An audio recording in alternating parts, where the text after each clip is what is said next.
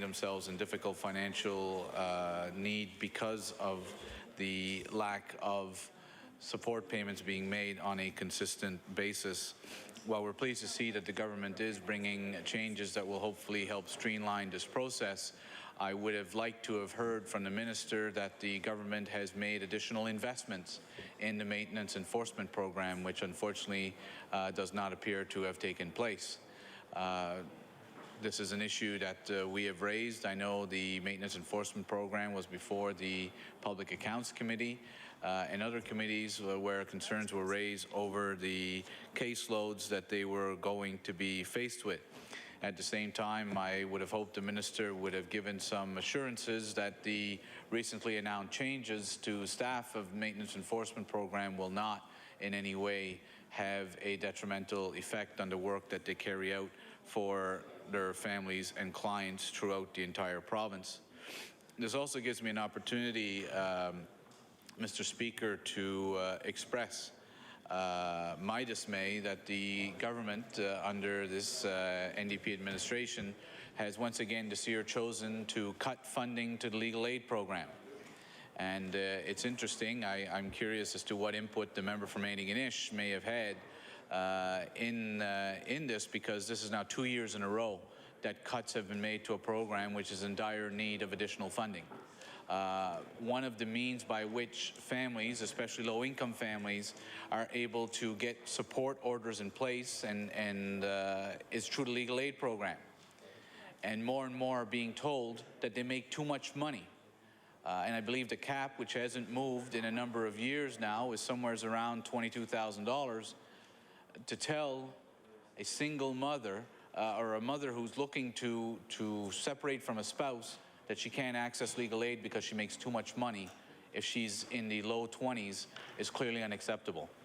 So if we're going to talk about maintenance enforcement, let's also talk about how we get to these maintenance enforcement orders, which I would submit to you, this NDP government has made it that much more difficult for the working poor to be able to access government representation through legal aid, for custody arrangements, for separation agreements or divorce, and the maintenance orders that come with them. So again, this is an opportunity when the minister talks about streamlining the system. I think it's important to point out that at the same time, this government has made it that much more difficult for the working poor in our province to be able to achieve the representation they need through the legal aid program. There's no question, Madam Speaker, that the fact is that in this day and age, many of the parties involved in these pay arrangements live in separate provinces. Certainly being from Cape Breton, we see that more and more where people are having to leave because of the economies, because this government's lack of an economic plan. People are leaving to go outside of the province to obtain employment. As a result of that, having the proper interjurisdictional agreements in place is essential in order to be able to make these payments enforceable. Just to give Nova Scotians a sense of what exactly the maintenance enforcement program carries for a caseload, there are approximately 9,000 cases that are currently in arrears. Of those, almost 2,200 are in excess of $10,000, and 231 of these cases are in arrears in excess of $50,000 or more. Madam Speaker, until we are able to get these numbers at a more appropriate levels, we have much more work to do. Bill 37 may be a start, but I would submit to you that this government certainly has much more efforts to put in to help out these families and these children that rely upon the government to make these maintenance orders enforceable. So with that, Madam Speaker, I was pleased to speak on Bill 37, look forward to it moving to second reading, but certainly hope that the government, especially the Minister of Justice, will be announcing new initiatives in regards to this most important issue. Merci. Thank you. Recognize the honourable member for Inverness. Madam Speaker, I'm going to keep my remarks very brief. We're supportive of these changes and the importance of holding people accountable to look after those that should be in their care. So I will conclude with that, Madam Speaker. Thank you. Thank you.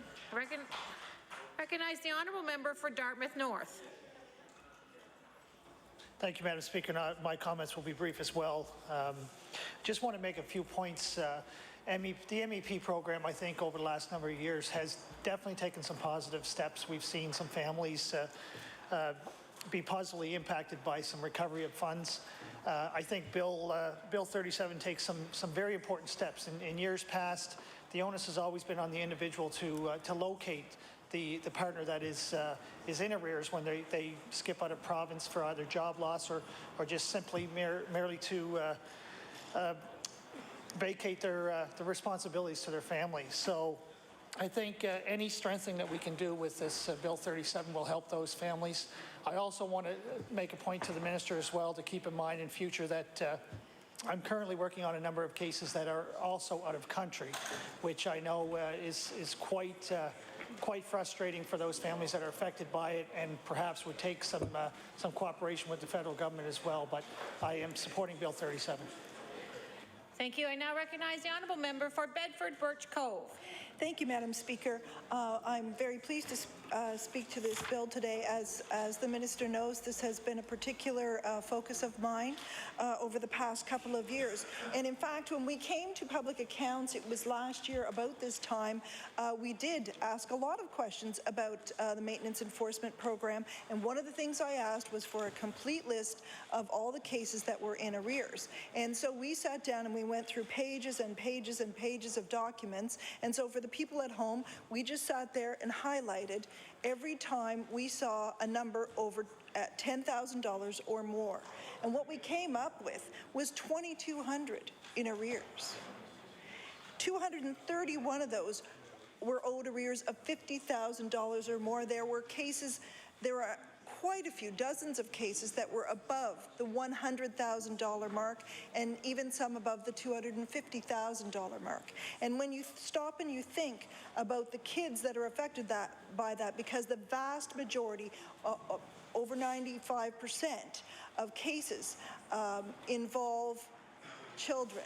So there may be a spouse involved as well, but most of the cases involved a parent not paying their maintenance. And you have to ask yourself, what is the effect of children growing up without enough money to fund the basic necessities of life, to enable them to take music lessons, to let them be involved in sports programs, to buy running shoes when their feet grow, because those of us who are parents would know about that period when their feet seem to grow about every 15 minutes.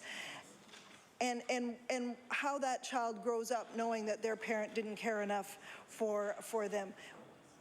At that particular public accounts meeting, I know the member for Inverness offered solutions to the government. I offered solutions to the government, possibilities that would increase, tools that the government could employ to increase the amount of money being collected by delinquent parents. And I do want to say, because I do try to make this point every time I speak on this issue, the vast majority of people pay their child maintenance on time, and we do appreciate that.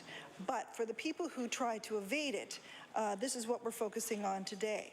So we know there's $80 million that's owed. The government talked about their not today, but previously, their new public investigative unit, and how one person from this unit was going to be devoted to dealing with maintenance enforcement, or the equivalent of one person. It might be a couple of people working part-time. But to clear the backlog, if that one person, that full-time person, cleared a case every single day for 50 weeks out of the year, every single workday, it would take them over 30 years to clear the backlog if we looked at the cases in arrears and the cold cases.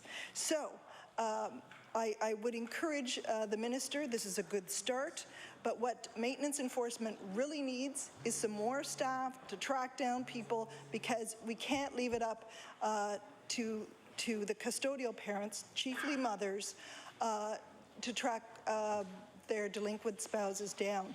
They need some help from our government. Thank you. Thank you. From to recognize the Honourable Minister of Justice, it will be to close debate. Thank you, Madam Speaker. I want to thank my colleagues for their comments on the debate of Bill 637. I wasn't going to make any comments in regards to that, but I think I should. I want them to clearly understand that from where I sit as the Minister of Justice, that I take this matter very seriously. I know that it impacts on our children and our families. I hear what they're saying. I've heard from the time I came into this House. I'm committed to this issue and moving it forward. And that I know that when they talk about the amount of monies in arrears, there's a couple of points I want to make in that. One, it didn't happen overnight.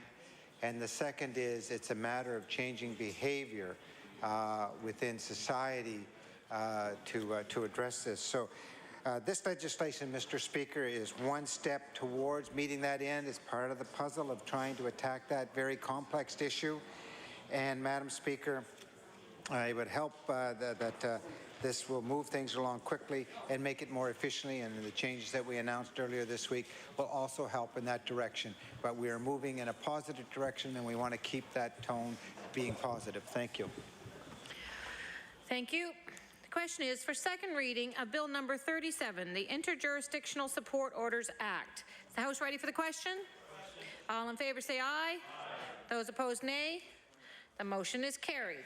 Bill number 37, entitled an Act to amend Chapter 9 of the Acts of 2002, the Interjurisdictional Support Orders Act.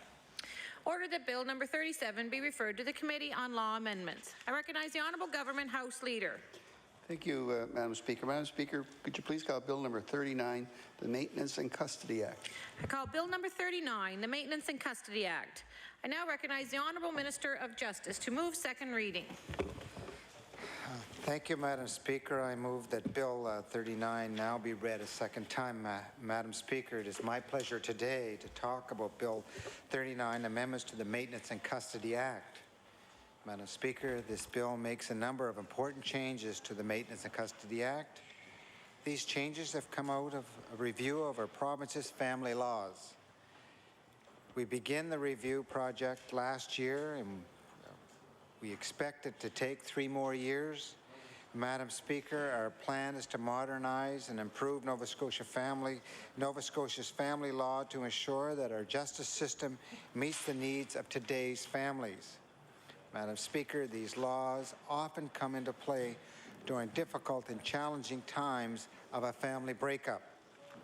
Outdated or inadequate family laws can make the demanding and emotional time more difficult for families. Madam Speaker, the Maintenance and Custody Act deals with issues of custody, maintenance, access between separating couples when divorce proceedings have not begun or are not relevant. It does not deal with divorce. Divorce, of course, is governed by the Federal Divorce Act. As I've said earlier, Madam Speaker, this bill proposes a number of important amendments. First, Madam Speaker, I want to talk about some amendments that meet a commitment we made under the Domestic Violence Action Plan. Madam Speaker, we intend to add family violence as an explicit consideration when a court makes decisions on custody and access. The amendments also add the family violence factors the court should consider. Madam Speaker, these changes will increase the safety of children and families by ensuring that family violence is always considered when custody or access matters are being determined. Second, Madam Speaker, a series of amendments would explicitly add other factors for the court to consider. These are related to the principles of the best interest of the child. This is the legal standard used by courts across Canada in deciding custody and access arrangements. Most Canadian jurisdictions have included lists of factors in their legislation for courts to consider in assessing what is in the best interest of a child. Madam Speaker, Nova Scotia is the only jurisdiction that does not list such factors in its legislation. The inclusion of detailed factors in legislation is a helpful guide to judges, separating parents, and others involved in applications relating to parenting arrangements. Adding this amendment brings clarity to the Maintenance and Custody Act. Third, Madam Speaker, the bill will add to the Maintenance and Custody Act the principles that a child should have as much contact with each parent or guardian as is consistent with their best interest, subject to the court's assessment of family violence. I don't think anyone would disagree with that. Fourthly, Madam Speaker, an amendment will permit the province to enter into an agreement with the federal government to allow us to administratively recalculate child support orders made under the Divorce Act. This will make it faster and easier for Nova Scotians to change support orders when there are changes in incomes. The final amendment I would like to talk about, Madam Speaker, amends the definition of dependent child to remove the current age limit of 24. This will make the definition more consistent with the Divorce Act so that Nova Scotia children and families are treated equally under the law, whether under provincial or federal jurisdiction. Madam Speaker, instead of a definition based on age, the court will be able to base a decision on dependent children using the particular facts and merits of each particular case. Madam Speaker, with these remarks, I now take my place and look forward to comments from my colleagues. I recognize the honourable member for Richmond. Thank you, Madam Speaker. It's a pleasure as the Justice Critic for the official opposition to say a few words on Bill number 39, an act to amend Chapter 160 Revised Statutes 1989, the Maintenance and Custody Act, respecting dependent children and their best interests. Madam Speaker, this bill defines the best interest of the child for making access determinations. The best interest of the child is a legal standard by which access applications are to be decided by our courts. The Law Commission of Nova Scotia recommended that because the best interest of the child test was too imprecise, it recommended that the Maintenance and Custody Act be amended to include legislative guidelines. These guidelines provide an important test for making access determinations. The Commission recommended that in order to help guide judges, parents, grandparents, and other interested persons, the Maintenance and Custody Act be amended to provide a, quote, best interest of the child, end quote, list of factors to consider, similar to provisions in the Children and Family Services Act as set out. Madam Speaker, any improvements that we can make to assist our courts and assist all parties involved with the care of children is certainly something that we can support. I want to commend the Law Reform Commission for its continued work at addressing such matters and helping to either correct or modernize many of the laws that we have here in Nova Scotia. I'm interested and will be looking further as to the changes that are being suggested that will help speed up the process of changing maintenance orders. I can tell you, Madam Speaker, there are two types of calls I get when it comes to maintenance enforcement. One is from the spouse who is not receiving payments. The other is from the payor who is calling regarding concerns about the order and the fact that either they're a seasonal employee, their employment has been terminated, they have changed jobs and are now making less money, and the frustrations of the extensive process required currently in order to get those orders changed. So certainly I do look forward to learning more as to how these changes are going to be implemented, because at the end of the day we certainly want to work on balance here of making sure both the individuals receiving payment are treated fairly, and at the same time those who are expected to make payment are treated fairly as well, especially knowing the economic environment we find ourselves in. More and more Nova Scotians are not working 9 to 5 days a week at regular employment, but instead are working shift work, are working on specific job sites of limited duration, or are working in seasonal employment where their income varies from the time of when they're working to the time of where they may be drawing employment assistance. I also am pleased to hear that we are going to be removing the age of 24 as a set amount for dependent children.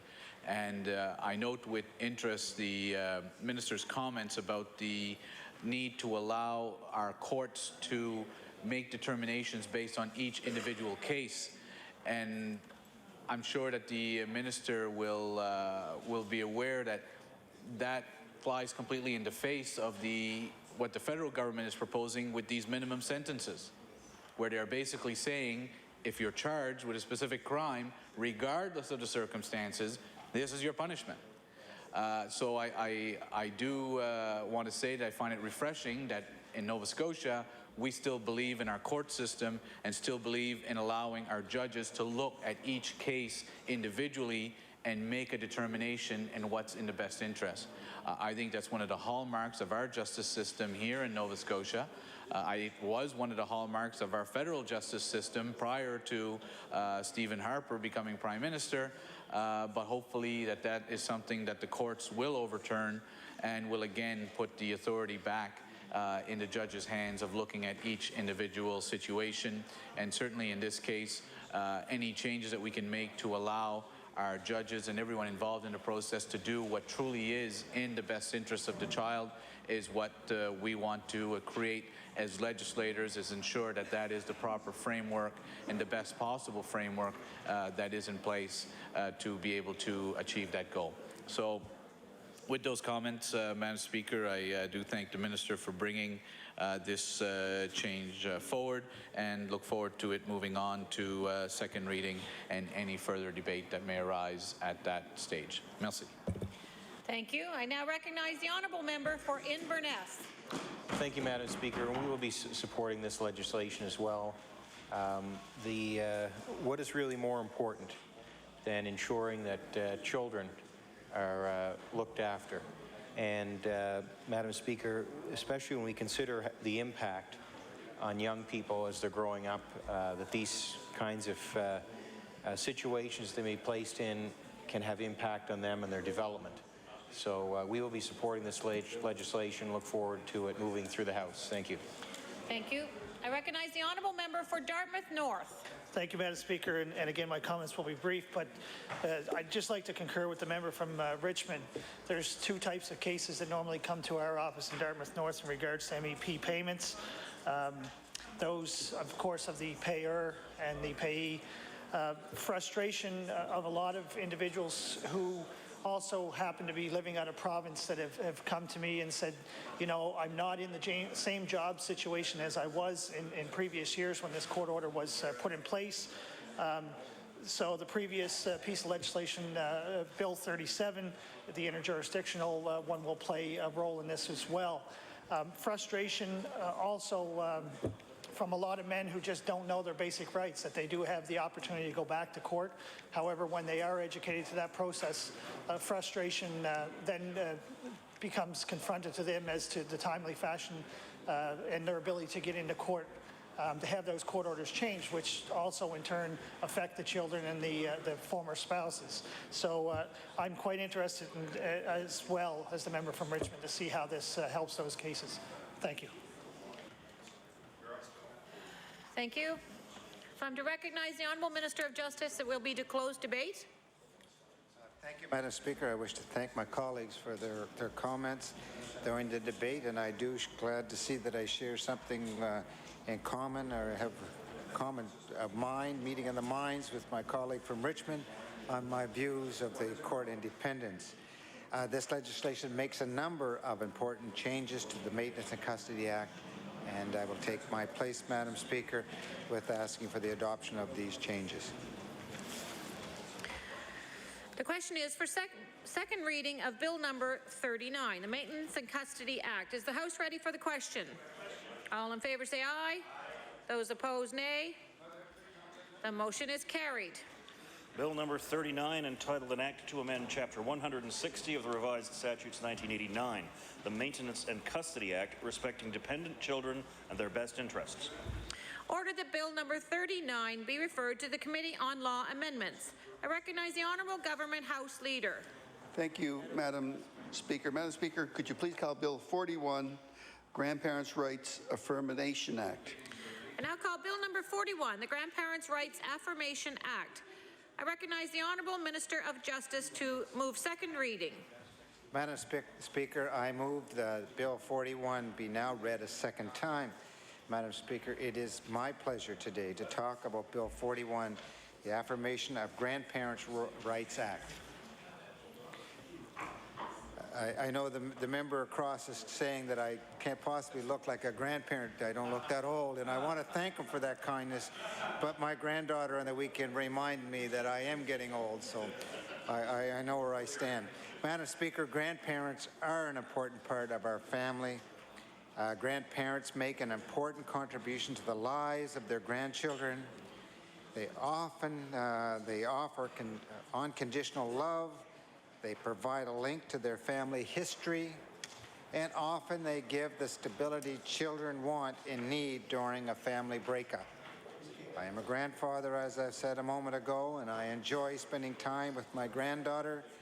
I wish I had more time to be there with her, but as a matter of fact, I value what I have. And I believe, Madam Speaker, that my time here is a learning opportunity, that I am helping her grow and the development, and that I also learn from her. That's why I encourage families that are going through a family breakup to include grandparents in the discussion of access and custody. But sometimes things do not go as smoothly as that, and that grandparents have to go to court asking for permission to get access. With this legislation, we are affirming the rights of grandparents to ask the court for access and custody for all the reasons I stated.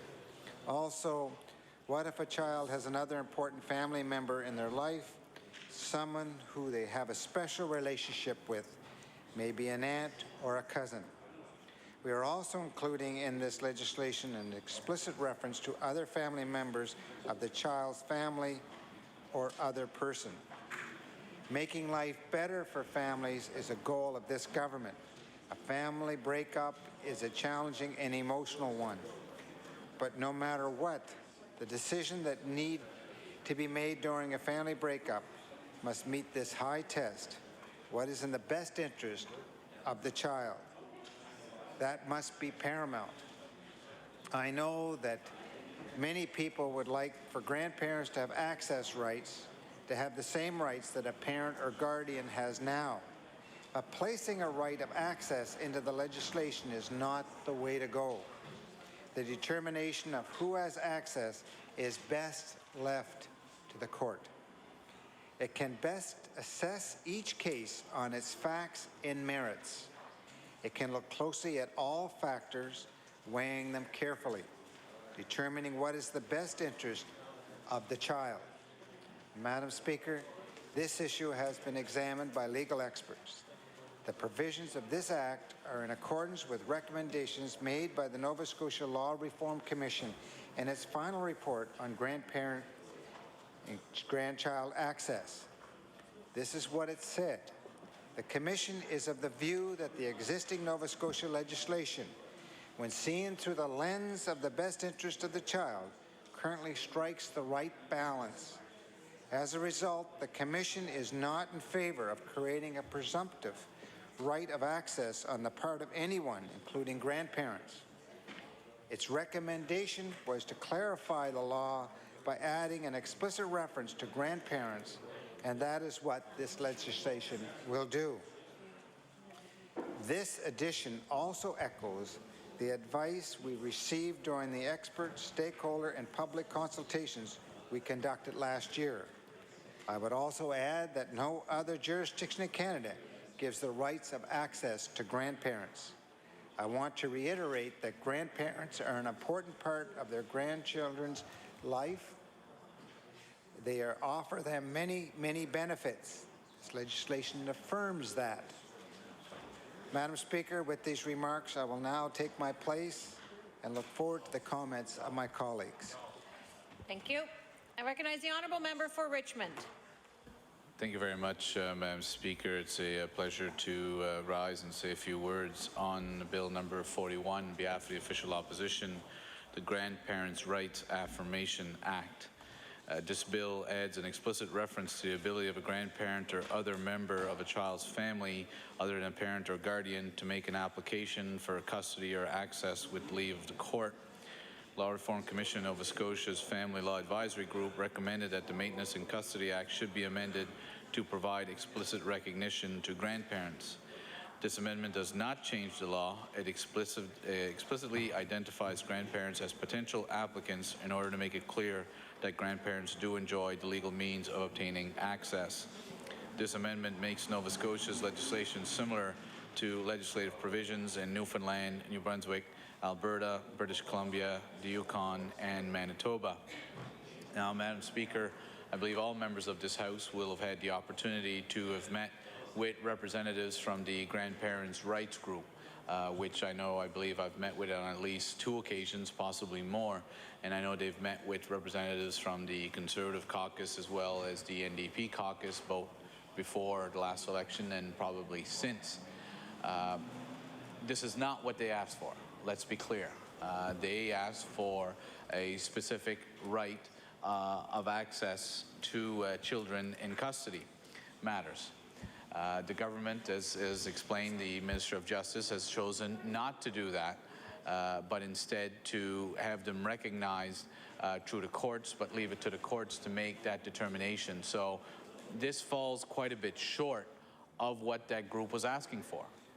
And I know that all of us have had a mix of both sympathy for the situation that group finds itself in, yet at the same time reservations as to whether it was appropriate to impose such a standard on the court in determining access issues. So that's certainly a debate that we can continue to have, but I think it's important to make it very clear that this does not give grandparents the absolute right to access in custody disputes. It comes nowhere near that.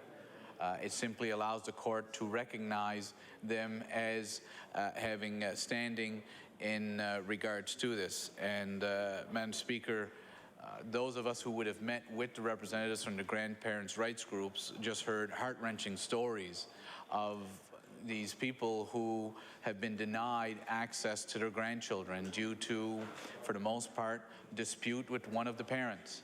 And it's extremely unfortunate, and I think all of us in this House who've had the pleasure and the privilege of knowing grandparents, the special bond that does exist with them. I certainly had that privilege, and certainly would never want to have seen the day where that would have been denied or somehow access would have been cut off for whatever reason.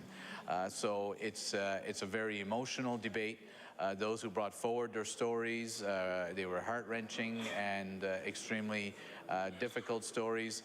Yet at the same time, we have to walk that fine line of allowing our courts the independence of making these determinations. I'll be curious to hear what the Grandparents' Rights Group has to say about this legislation, but it clearly, as I indicated, is not what they had asked for. Instead, it is something much more watered down. At the end of the day, that's a debate which we'll probably be continuing to have here as we move forward. But if this somehow does assist those families in being able to have the court recognize their need and their desire to have access, then that will be a good thing. So time will tell whether this is going to have the intended effect or whether at the end we'll continue to have representations from grandparents who have been denied access for one reason or another. So with that, Madam Speaker, I do look forward to this bill moving forward to second reading and the presentations that we may receive at that stage. Merci. Thank you. The Honourable Member for Victoria the Lakes. Thank you, Madam Speaker. Madam Speaker, I'm pleased to rise my place to speak on this bill today. And let me up front say that as far as the Progressive Conservative Caucus is concerned, this is a totally meaningless bill. And I certainly have to agree with the Honourable Member from Richmond. As one who has met numerous times with the Grandparents' Rights Group, this is definitely what that group has been asking for. You know, Madam Speaker, it seems ironic that just yesterday the minister stood in his place presenting a bill and said he was pleased to bring forth recommendations that were presented to him. But in this case, Madam Speaker, he's failed to address the recommendations and concerns that came from grandparents. Madam Speaker, all this bill is trying to do is to appease grandparents by adding the word grandparents. The word others that was in the existing bill included grandparents at that time. So all this bill is doing is naming grandparents. So, Madam Speaker, instead of appeasing grandparents, I think all this bill does is insult the intelligence of the grandparents' rights group and indeed all grandparents in this province. You know, when the session began, Madam Speaker, the Conservative caucus presented a bill that we, after listening to the grandparents' rights group, felt was in the best interest of the child, because it's important that we put the best interest of the child first. And as the minister has already alluded to, grandparents certainly play a big part in the lives of their grandchildren. And we feel that the bill that we presented does that, in that it provides that a person who has custody of a child can't reasonably place obstacles to personal contact between that child and his or her grandparents. It seems only right that something like this should be coming forward in this bill, but again, it seems that all the government and this minister want to do was add the word grandparents, hoping that the grandparents' rights group would be satisfied with that. Well, you know, Madam Speaker, since we introduced our bill, actually we introduced a bill in the last sitting and we reintroduced it in this session. It's amazing the number of people that have contacted me and contacted our caucus office. They're not members of a grandparents' rights group, they're grandparents who have been refused the contact to see their grandchildren. There might be even a separation. It doesn't even have to go to a full divorce. If there's a separation, it's still quite possible that grandparents are denied the right to see or to have contact with their grandchildren. And Madam Speaker, that's just not fair. It's not fair to the child, who we're supposed to be looking after the best interest, and it's definitely not fair to the grandparents. The bill we presented, in our opinion, Madam Speaker, has allowed for that no reasonable obstacles, or unreasonable obstacles, I should say, can be put forward that are going to prevent that interaction between child and grandparent. So, as other speakers have said, it'd be interesting to see the reaction from the grandparents' rights group and to hear what might be presented at law amendments as this bill goes forward. So with that, Madam Speaker, I'll take my seat. Thank you. I recognize the honourable member for Dartmouth North. Thank you, Madam Speaker. And again, I'll have to concur with the other members on the opposition side. I think this bill is a good step, but it's not adequate enough. I think we're putting this in the hands of the courts, and hopefully a judge will take into consideration attachment issues or potential attachment issues a child might have without the opportunity to see their grandparents.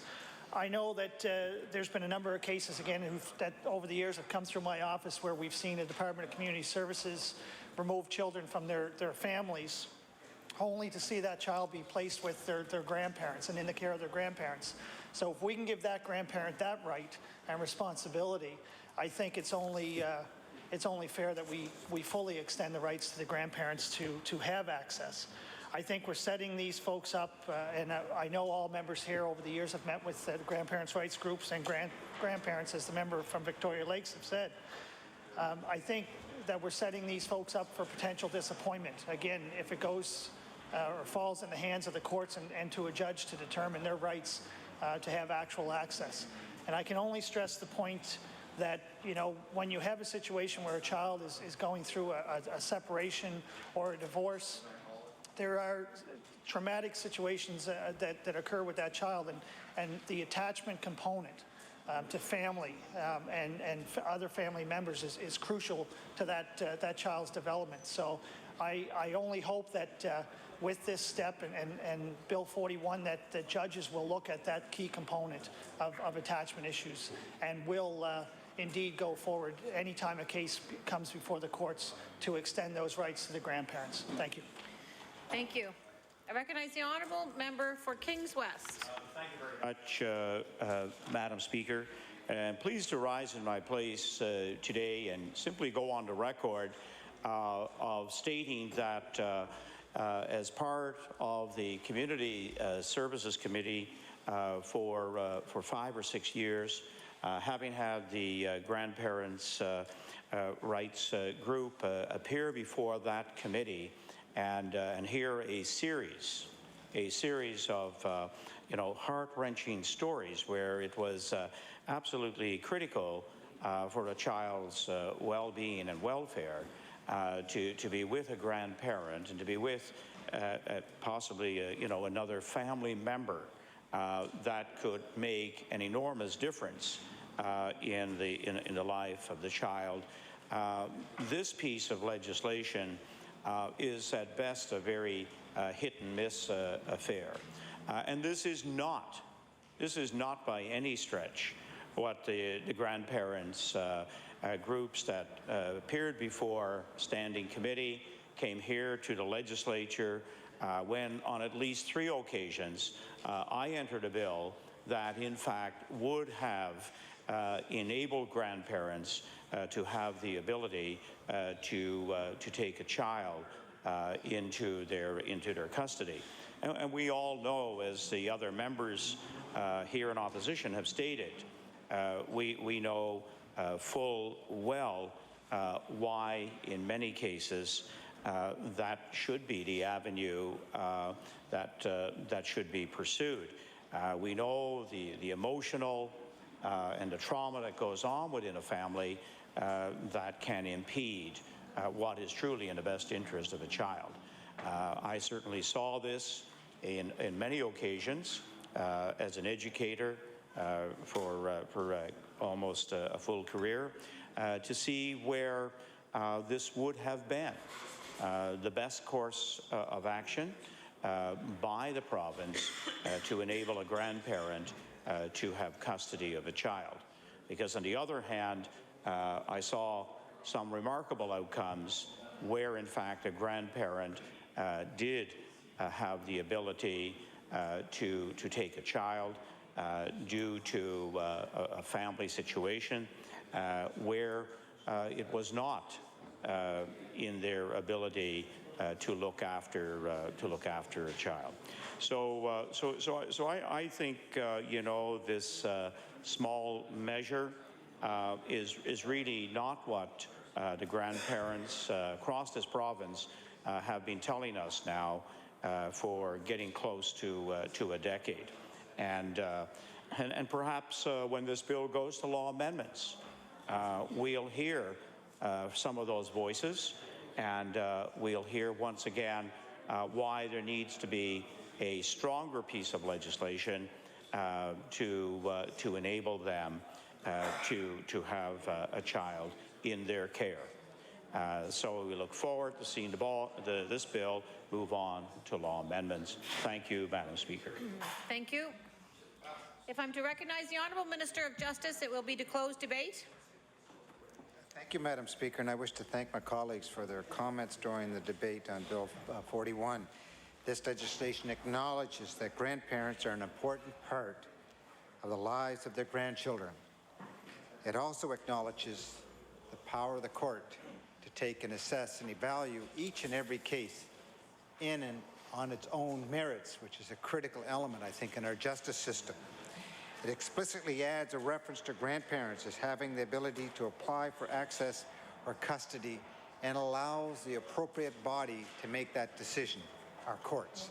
Thank you, Madam Speaker. And with these remarks, I take my place. Thank you. Question is for second reading of Bill number 41, the Grandparents' Rights Affirmation Act. Is the House ready for the question? All in favor say aye. Those opposed, nay. The motion is carried. Bill number 41, entitled An Act to Amend Chapter 160 of the Revised Statutes 1989, the Maintenance and Custody Act to affirm grandparents' rights.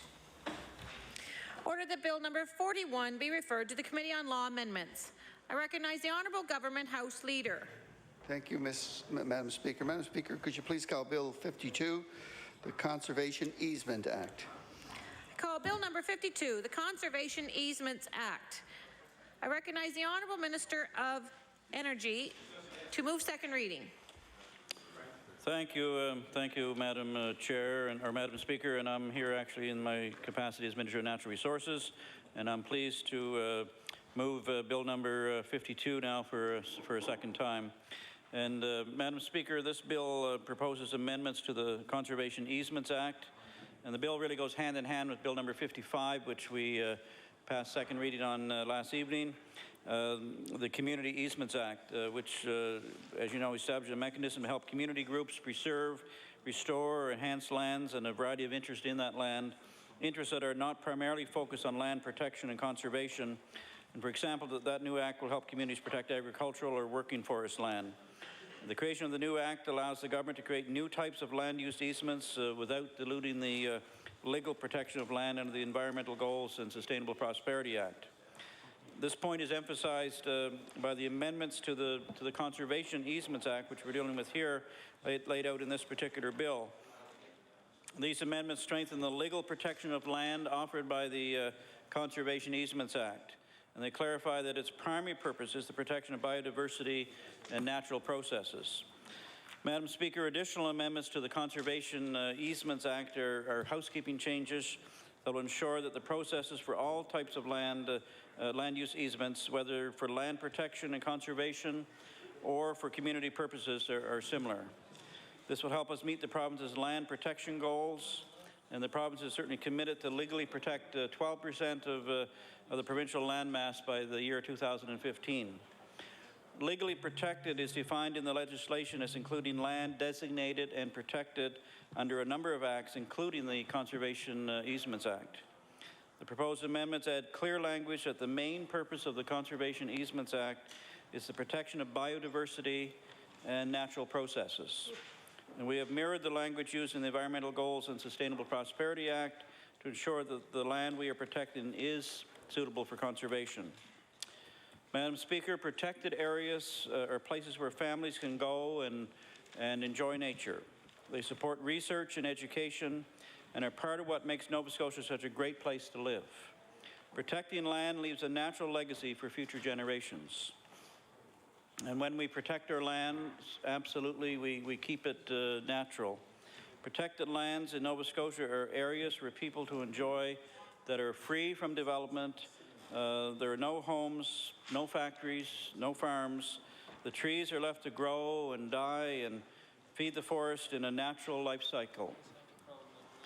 Conservation easements protect land in its natural state, whereas the new community easements being proposed under this Community Easements Act or under the will also allow forest land or agricultural land to be conserved. Protected areas are needed to help maintain biodiversity. They give us clean air and water and habitat for wildlife. And we want to protect the best natural areas in the province of Nova Scotia. So these amendments to the Conservation Easements Act will clarify the processes for legal protection of land. Madam Speaker, I want to acknowledge the valuable input received in drafting these amendments from my colleagues in other departments, including our colleagues at the Department of Agriculture, Department of the Environment, Service Nova Scotia and Municipal Relations, Department of Fisheries and Aquaculture, Communities, Heritage and Culture, and also the Office of Aboriginal Affairs. So, Madam Speaker, we're very pleased to be bringing these amendments forward to clarify the land protection legislation for all Nova Scotians. So thank you, and I look forward to hearing the input from various members here in the House. Thank you. Thank you. I recognize the Honourable Member for Dartmouth East. Thank you, Madam Speaker.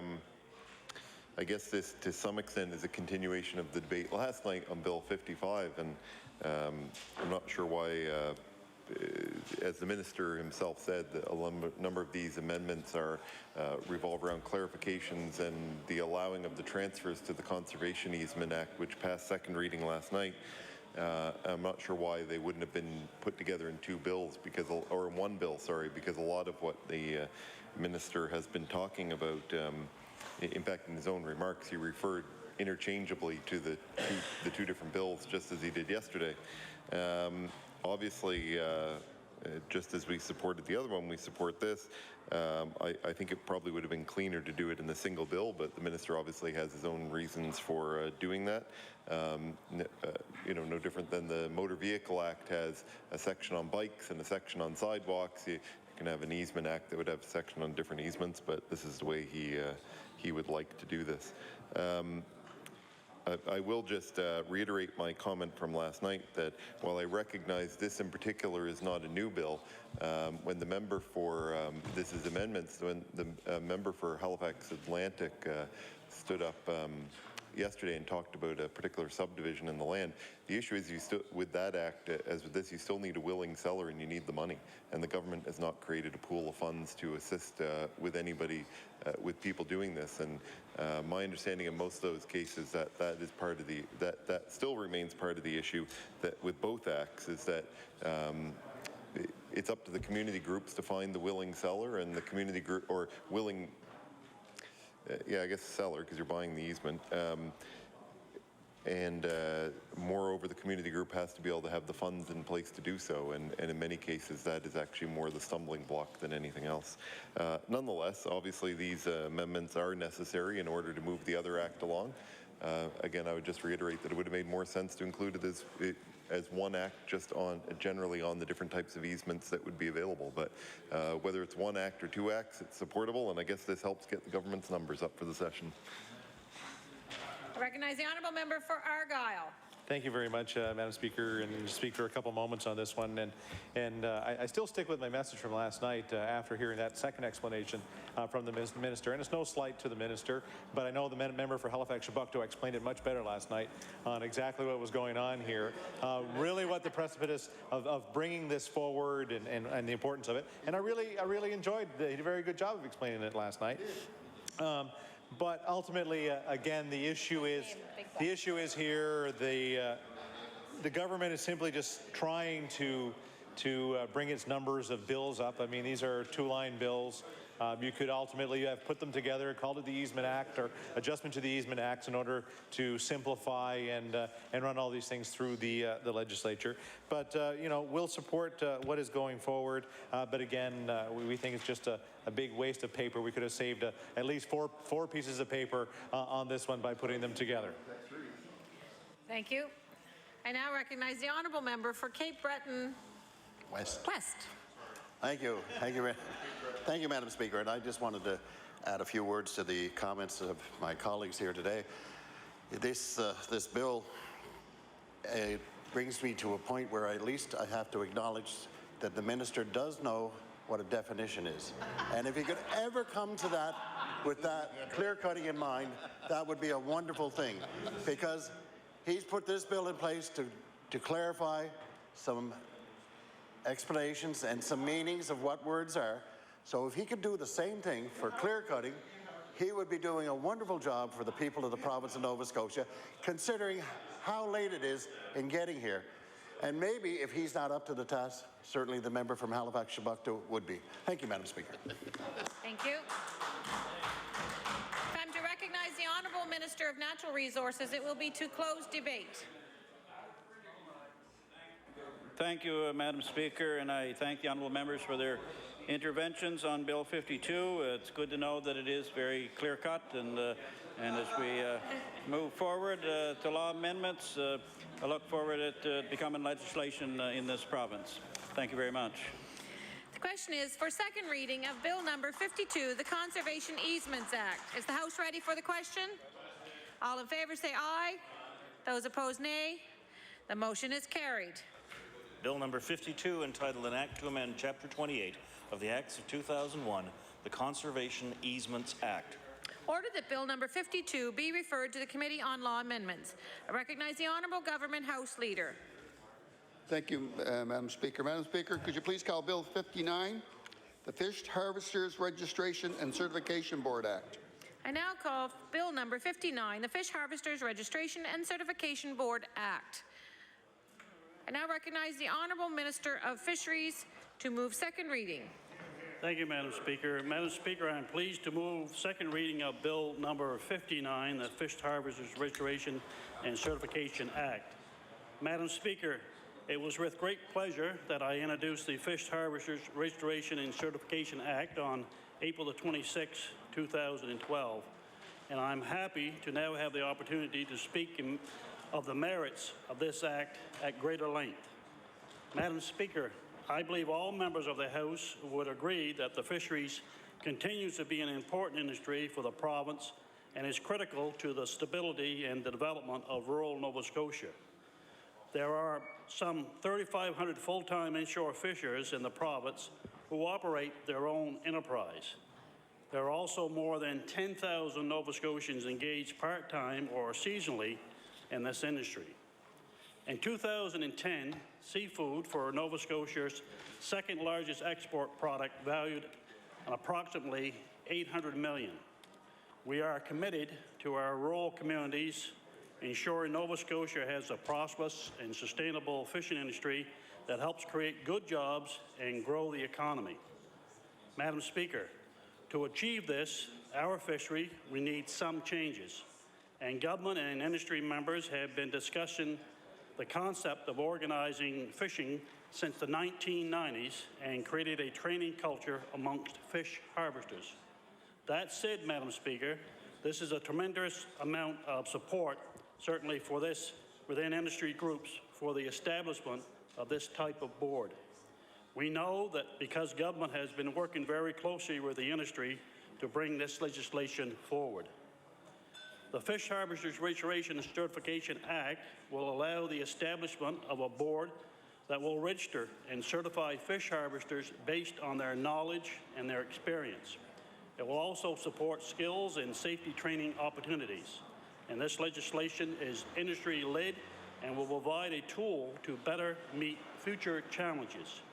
And Madam Speaker, this legislation has the support of the fishing organizations in this province and will help bring the traditional and important Nova Scotia industry into a new era of professionalism, safety, and quality and sustainability. And I look forward to the opposition's comments. Thank you very much, Madam Speaker.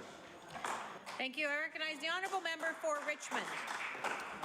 Thank you very much, Madam Speaker. It's a pleasure to rise as the Fisheries and Aquaculture critic for the Liberal Opposition Caucus to speak on Bill number 59, the Fish Harvesters Registration and Certification Board Act. Madam Speaker, I had the opportunity to attend the Ministers' Conference that was held at the Best Western and Chocolate Lake, I think is the official designation. I believe it was back in February, where this specific piece of legislation was discussed, and there were representatives from the various fisheries organizations throughout Nova Scotia.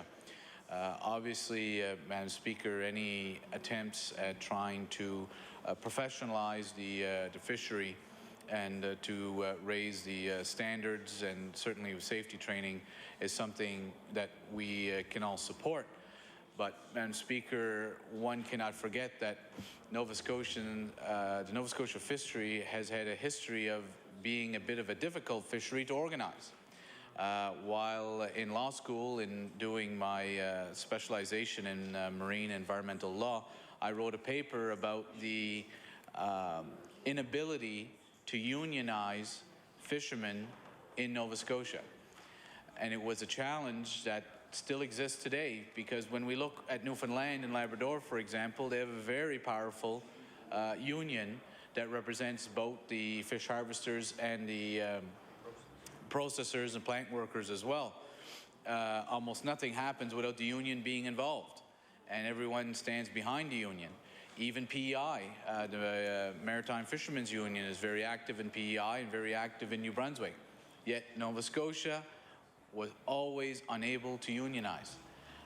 There was always the competing interests from one end of the province to the next, and maybe that turned out to be a good thing for the independence of our fisheries. Maybe it could have led to improvements in our fisheries.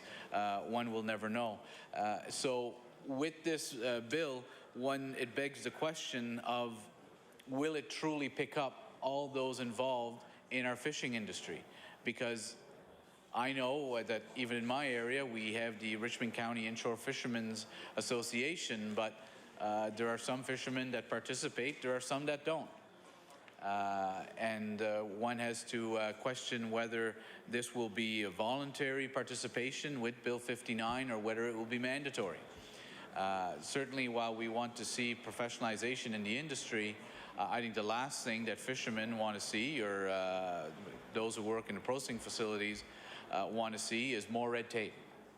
That's the last thing that anyone wants to see. So we'll be watching very carefully to see how this is rolled out by the department to ensure that it's not adding an extra burden onto fishermen as it is.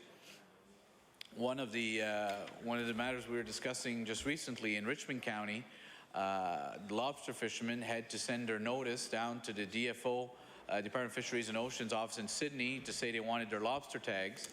Then they have to go and drive down to Sydney, which is about an hour and a half, to pick up their tags, bring them back, and then during the season, if they lose traps or traps are cut or damaged, they have to call Sydney again and travel back down to Sydney to pick up more tags.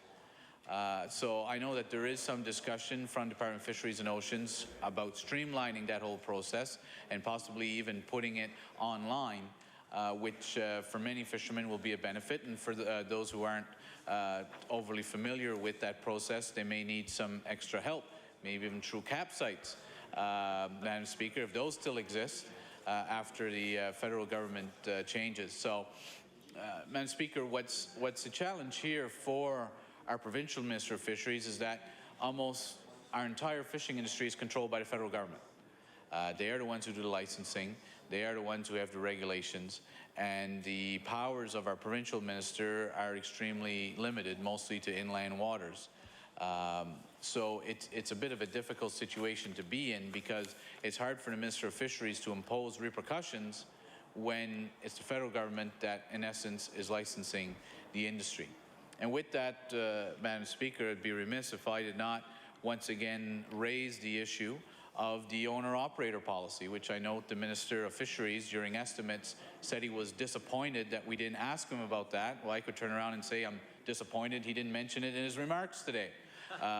If one can play that same game, that he's chosen to talk about an issue which is fundamental to this bill and fundamental to the future, and didn't mention the owner-operator principle.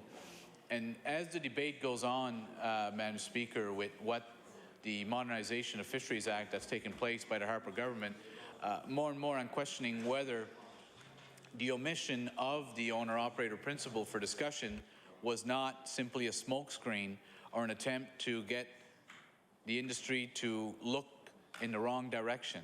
Because more and more it seems that the modernization of the Act seems to have more to do with relaxing environmental regulations than actually addressing the owner-operator principle. And only time will tell whether that was the case or not, whether they do maintain that principle or whether there is some changes that could take place. But I'm becoming more and more suspicious that it was a matter that the government threw out there to say, here, look over here, don't pay attention to what we're actually doing, and time will tell.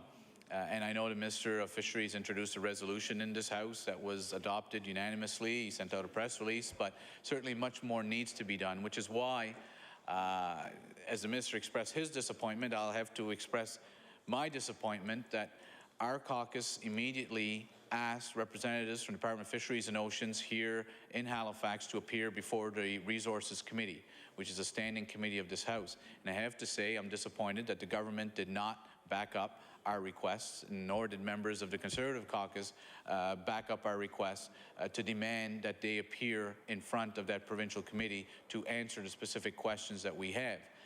So I'm certainly happy that our caucus undertook measures to have them appear directly in front of a provincial committee to answer those very questions, which, as you probably know, Madam Speaker, the Department of Fisheries and Oceans representatives outright refused our request to appear in front of the Resources Committee of the Nova Scotia Legislature. One of the other issues, which I note that the Minister did not address in his comments, but is one of tremendous concern to the future of our industry, of our fishing industry, is the proposed changes that's coming to the employment insurance program. As the Minister knows, in many Nova Scotia communities, both the owners of the fishing vessels and the licenses, along with their crew, work seasonally. Any changes being made to the employment insurance system could have a drastic impact on their future. It is becoming more and more of a challenge in my community, and I'm sure in communities throughout Nova Scotia, to find individuals that are willing to work for 10 weeks of the year, or for 15 weeks, or for 20 weeks of the year, to draw EI for the remainder. It's a challenge now. Any changes the federal government brings that's going to make that more difficult will make it almost impossible to find people who are able to work as deckhands. We're seeing it as an issue in my community. I have no doubt it's probably an issue in fishing communities throughout Nova Scotia, and one has to ask, what initiatives is the government of Nova Scotia doing in conjunction with the federal government to try to encourage Nova Scotians to participate in the fishing industry? Because when you're a deckhand, you're either paid by salary, you're paid by hour, or you're paid by percentage of the catch. And you have little or no control over the vessel or the fishing methods that are applied. And it's becoming more of a challenge to find people that are willing to do that for such a limited period of time. Now, I know in the Minister's riding, the fishery lasts for over 6 months. In mine, it lasts for 2 months, 10 weeks basically, or a little less than 10 weeks. So finding individuals willing to work for that short period of time, knowing the federal Harper government wants to make EI, employment insurance, that much more difficult, is certainly going to have a dramatic impact on the future of our fishery. One of the issues when we did the estimates for Department of Fisheries and Aquaculture was the issue of the Fisheries Loan Board. And it was during these estimates that we discovered that the Department of Fisheries and Aquaculture moved the loan board over to the Department of Agriculture to work alongside the Farm Loan Board. And during estimates, I asked the Minister why was that move made and what did we expect to achieve. And the Minister's response basically was that we would be seeing efficiencies. So naturally I asked the question, being its budget estimates, can you identify what efficiencies you expect to see? Is it in administration? Is it in personnel? Is it in overall costs? Where? And unfortunately, I wasn't able to get any answer from the Minister. It seemed to be more of a, well, let's wait and let's see, and let's hope at the end of the day it created some efficiency. Needless to say, Madam Speaker, I don't believe that's the way Nova Scotians want to see our government run. And even to this day, I'm still waiting for someone to explain why the Fisheries Loan Board was moved over to Agriculture with the Farm Loan Board, and what's the benefit to the people of Nova Scotia, especially to the many individuals who rely upon the Fisheries Loan Board to access capital in order to purchase either licenses or vessels. I certainly know that program, and I do want to give credit to the former Conservative government. In fact, former Minister of Fisheries, Ron Chisholm, the former member for Guysborough Sheet Harbour, who did bring in changes to the Fisheries Loan Board to allow for the purchasing of licenses, because for years the Fisheries Loan Board, you could only buy vessels or gear. You were unable to buy licenses. Madam Speaker, we've seen the cost of licenses escalate in the province of Nova Scotia. A lobster license in Richmond County 10 years ago would have sold in the range of $20,000 to $50,000. Just recently, that license, similar license in the same district, sold for $500,000. So needless to say, the ability of a deckhand, someone who's worked on a vessel, and usually in fishing communities it's often that someone who's worked on the vessel with the captain, when the captain retires, will look to buy the captain's license. It's one thing to try to access $20,000 to $50,000 to buy a license. It's a whole other thing to try to access $500,000. So we need to make sure that we continue to put in place the necessary funding to allow, especially not only young but any age that wishes to get into the fishing industry, the ability to buy these licenses. One of the questions as well. One of the questions as well, Madam Speaker, that is becoming more and more of an issue for us in our community, and I'm sure it's probably in other communities, it's the requirement by DFO that you have to be a part-time fisherman for at least 2 years before you can purchase a license.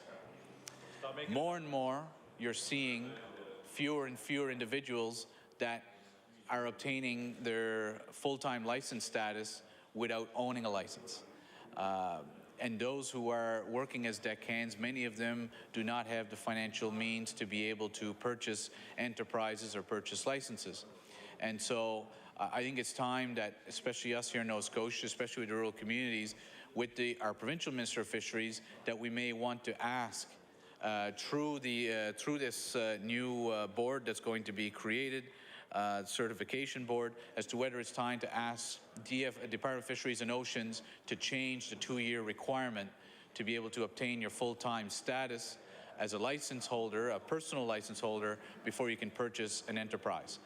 Because, as I said, and I'm sure the Minister knows, in the rural communities, there are fewer and fewer people that are available or that have the interest or that have the financial means to be able to purchase licenses and purchase enterprises. And so I would hate to see a situation where the 2-year requirement by DFO is something that's going to hinder people's ability to invest in the fishery and to become participants in our fishing industry here in Nova Scotia. Madam Speaker, with those comments, I would be remiss if I didn't take this opportunity to extend my best wishes to the lobster fishermen of Richmond County and their crews, who today, yesterday would have put out their traps, and today will be their first haul. Certainly to wish them a very safe, prosperous lobster season, with the hopes that the price at the shore will be very favorable, because at the end of the day, the lobster industry, as the crab industry in my riding, continues to play a major part of our economy. So I certainly want to take the opportunity to wish them well, a safe season, and hopefully very good prices as well. So with that, Madam Speaker, I look forward to Bill number 59 moving on to second reading, and any changes or presentations that may be put in front of us at that stage. Merci. Thank you. I recognize the honourable member for Argyle. Thank you very much, Madam Speaker. It's my pleasure to stand and speak for a few moments on Bill 59, the Fish Harvesters Registration and Certification Board Act. Seems like a really long handle on that one. You know, I've said this many times in this legislature that, of course, the best thing about our fishing industry in Nova Scotia is, of course, its independence. And I've always said to that is that the worst thing about our fishing industry in Nova Scotia is, of course, its independence, because it's always been very difficult to get everybody to agree on something to move forward. The ultimate thing that I see with this one is I see a number of organizations that are not necessarily representative of fishermen in this particular case. So I worry a little bit that when this information starts to roll out to people that are on the boat working hard, that they might not understand the implications of a certification issue or of a safety issue or of all those things. Because, Madam Speaker, the issue when it came to the Fisheries Safety Association, and we know there's been I've taken a number of phone calls on that, of people that are a little confused about exactly what it means. It was an extra $400 or up to an extra $400 on their fishing licenses that they would have received, been booked through their fishing license, that many fishermen were unaware of. And what we've seen over the last number of months is, a few hundred of those fishermen have opted out of participating in that process. So I just wonder how this is going to either mirror or learn maybe from those mistakes to make this program that much more robust. Madam Speaker, I do know the importance of having a professional, safe industry. But it is the actions or the methods in which we get to that point that will be important. We can't just tell people you must be safe or you must be professional. We've got to provide them with methods to get there. At the same time, we can't be hard-handed as well of twisting arms and saying this. So I'm hoping that through the process that the minister does take all those issues in hand and tries to make some sense of it. Madam Speaker, down in southwest Nova Scotia in our districts, especially our lobster fishing districts, there is a move afoot really to try to organize especially the lobster fishermen. With 1688 Professional Lobster Fishermen's Association, which has had some success. There are still maybe some fishermen that do not belong to that association. And of course, this association took it on itself to basically go on strike, to basically take some time off from fishing and hoping that the price of lobster would get better. There were a number of this walkout, I guess is what you would call it, started on Thursday of last week, went throughout the weekend. Yesterday, apparently there were a number of fishermen that decided that they did want to go fishing, much to the chagrin of some of the other members of the 1688. There was I wouldn't call it confrontation, but I think there was some words exchanged on the wharf in Shag Harbor and some other places. I think Metagan was another one. I mean, quite to the fishermen themselves that they have kept this, I believe, at a higher level, making sure that we don't fall into a conflict base on this one. But I support fishermen. I think that they do deserve a good price. And I do believe that we shouldn't be imposing too many more charges on top of them, because the economics of going fishing continues to be eroded by, of course, energy costs and other issues that rolls around. So as much as I understand what this bill is trying to do and what it's trying to build forward, I still feel there's a tremendous amount of work to be done on this one. I do support it going through second reading of the bill, but of course I hope that there will be representation at law amendments to understand the next steps of what this process is going to be, to see if it will be accepted by fishermen, fishing communities, or not. So with those few words, I thank you very much for the opportunity to speak to this bill. Thank you. Time to recognize the Honourable Minister of Fisheries. It will be to close debate. Madam Speaker, I want to thank the members opposite for their engagement and their comments on the particular bill. And I move, Madam Chair, that we close debate on Bill number 59, the Fish Harvesters Restoration and Certification Act. Thank you. The question is for second reading of Bill number 59, the Fish Harvesters Registration and Certification Board Act. Is the House ready for the question? All in favour say aye. Those opposed, nay. The motion is carried. Bill number 59, entitled An Act to Establish the Fish Harvesters Registration and Certification Board. Order that the bill number 59 be referred to the Committee on Law Amendments. I recognize the Honourable Deputy Government House Leader. Thank you, Madam Speaker. Public bills for second reading. Public bills for second reading. Public bills for second reading. Madam Speaker, please call Bill number 61, the Fisheries and Coastal Resources Act.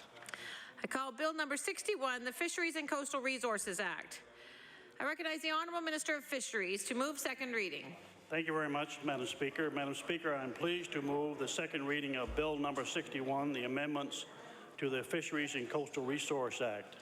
Madam Speaker, on April 26, 2012, I was certainly pleased to introduce an amendment to the Fisheries and Coastal Resource Act, and this act was the first passed in 1997 and provides a licensing framework for activities involving fish products in Nova Scotia.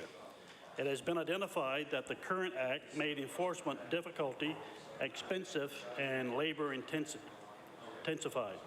Therefore, Madam Speaker, I am proposing a simple yet important amendment to clarify that it is illegal to market or process or having a possession of fish beyond allowable limits or exemptions without a buyer's or processor's license. Madam Speaker, this amendment will strengthen enforcement of the Act and streamline the process for identifying and prosecuting offenders. Madam Speaker, the fishing industry is very important to Nova Scotia economy and especially rural areas. And this amendment demonstrates the government's commitment to revitalize and development of the commercial fisheries and to the stability and strength of rural communities throughout Nova Scotia. Thank you very much, Madam Speaker. I recognize the Honourable Member for Richmond.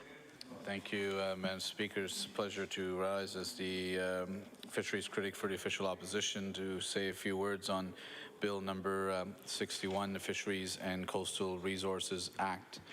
Madam Speaker, the licensing side of that involves the province mainly deals with buyers and processors. As I mentioned before, most of the fishing industry is regulated by the Department of Fisheries and Oceans, but again, there is some jurisdiction there for the province, and a very important one at that. The Minister will recall just a few years ago, we had the issue of some of the protectionist policies that were being applied in Newfoundland and Labrador, for example, where they were not, and I believe they still have the policy, that no raw seafood product can leave Newfoundland to be processed. That is something which, when you say it fast, sounds like a great thing for Newfoundland and that the processing jobs stay there. On the other side, we started hearing from the fish harvesters and fishermen saying, hold on now, that means that a very select group of buyers have the power to set the price, and it's affecting competition in our province. We had a situation just a few years ago where a number of boats from Newfoundland, when they couldn't get the price they wanted from the buyers, actually came to Cape Breton and offloaded their catches in Cape Breton to get a better price, which certainly started the discussion there about obtaining a better price. At the time, I remember, of raising the concern with the Minister of Fisheries, who, if I'm not mistaken, at the time was the member for Digby Annapolis, Gordon Balzer, and the fact that how were we in Nova Scotia allowing crab to leave our province to go get processed in Newfoundland when our buyers were not unable to buy crab in Newfoundland to bring to Nova Scotia for processing. And I do want to commend them, because at the time we put in this very same rule that our raw product could not go to Newfoundland for processing. It's those types of trade barriers which really benefits no one, Madam Speaker, and I'm still convinced that Newfoundland really has not benefited from those types of protectionist policies, but I think it's essential that we do everything that we can as a province while maintaining free trade and open borders to try to encourage the processing of raw product here in Nova Scotia. The last thing that we want to see is our product going to other provinces when we have processing facilities here in our province. And certainly with the crab industry, I know myself the benefit that there has been of having a processing facility both in my riding and just outside of my riding in Alls Cove. They have been major employers for our area. It seems that their season has become longer each and every year because of the abundance of crab and the increase in quotas that have taken place. And it's essential that we do what we can as a province and with the Minister of Fisheries to encourage that product to remain here. But I wouldn't want to suggest that we close our borders either, because I know for a number of years when the season our season was late in opening because of an abundance of crab in New Brunswick, some of that crab was coming to Nova Scotia for processing. Then at the end of the year or mid-season, when we had an abundance of crab because of an overcapacity, some of our crab was going to New Brunswick for processing. So I think that system worked. I think it was to the benefit of both provinces, and I would not suggest that we should put up walls. Newfoundland's a whole different story. There's a price to pay for the protectionist measures that they have been putting in place, and they're now starting to see their own disputes with vessels that are leaving Newfoundland and come and landing in Nova Scotia.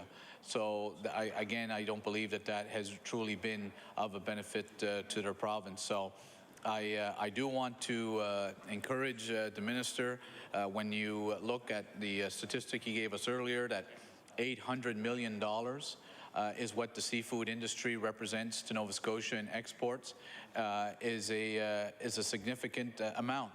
And I've certainly raised a concern over the years that as a province we spent too much time paying lip service to an industry which we've kind of allowed it on its own to operate.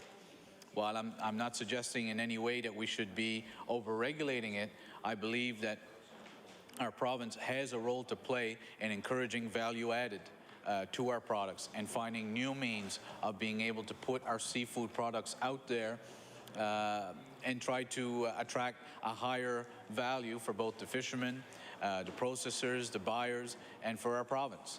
And I know in my own area, the Minister of Fisheries would be aware that there is a project underway to try to keep snow crab live for the purposes of shipping it overseas. We do that with lobster, but with crab, it's apparently in much deeper waters, and it's much more difficult once they're brought up to the surface, the stress that that places on them to be able to maintain them for an extended period of time.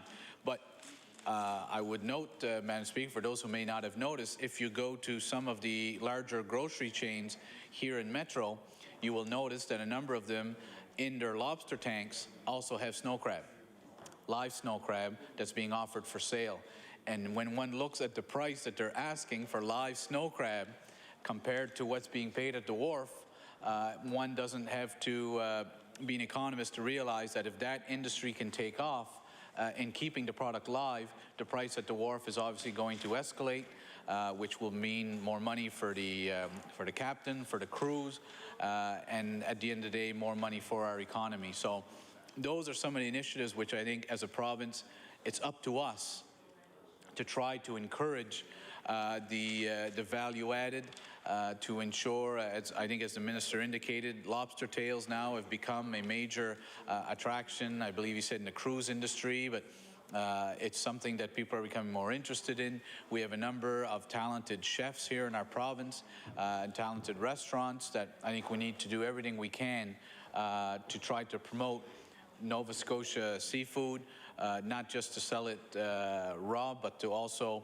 use value-added processing. I did note that, for example, Clearwater recently announced they're going to be marketing bacon wrap scallops, which again is a value-added product, and certainly we'd love to have some here today to test out. But you know, that's another example of a company doing that. And again, we need to let private industry do its own thing. But I believe with the universities we have here, the research that's available, that whatever we can do as a province, through the Department of Fisheries and Aquaculture, through economic development, to encourage value added here and try to increase the product, the value of the product that we are getting, and to try to keep some of that processing here in Nova Scotia.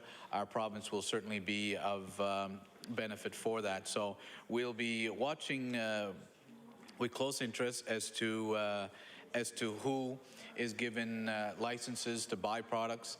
I know we have some concerns in our communities about what we call the suitcase buyers. that show up on the wharf with a suitcase of money, load the product, and take off in an 18-wheeler, and that product leaves the province. And we see little or no benefit of that. So it's a fine line between encouraging competition while at the same time trying to encourage processing here in our province. And there's nothing worse than seeing a truck pull on a wharf to load up with a product when you've got local processing facilities nearby that's driving right by them to go outside of our province for processing. No one in our province benefits when that happens. What is the solution? I think that's a discussion that we will have to have, but I think the minister hopefully will be able to indicate to us exactly what criteria will he be applying in issuing these buyers' licenses and the processors' licenses to try to ensure the greatest benefit, economic benefit for us in our province. One of the other issues I wanted to raise, Madam Speaker, which was an issue which, again, came up a few years ago, was there was a sudden push to try to get those who were selling lobster by the roadside to be licensed. It created a great deal of uproar, and certainly I would hope the minister would be able to advise whether these changes are going to in any way affect that or put any added fees on those, but certainly that's something that, especially in hard economic times, that we've seen many of our fishermen resort to try to get a better price for their product, and I would certainly hope that that is not being negatively impacted by the changes being proposed under Bill number 61. With that, Madam Speaker, I appreciate the opportunity to make those comments on second reading and look forward to this bill going on to law amendments and any changes that may be suggested at that stage. Merci beaucoup. Thank you. I recognize the honourable member for Argyle. Merci beaucoup, Madame la Présidente, and I will echo a lot of the things that that have been said by my Acadian colleague from Richmond. You know, one of the things I learned quickly when I was Minister of Fisheries was the line that you'd have to follow when it comes to value added in the province of Nova Scotia.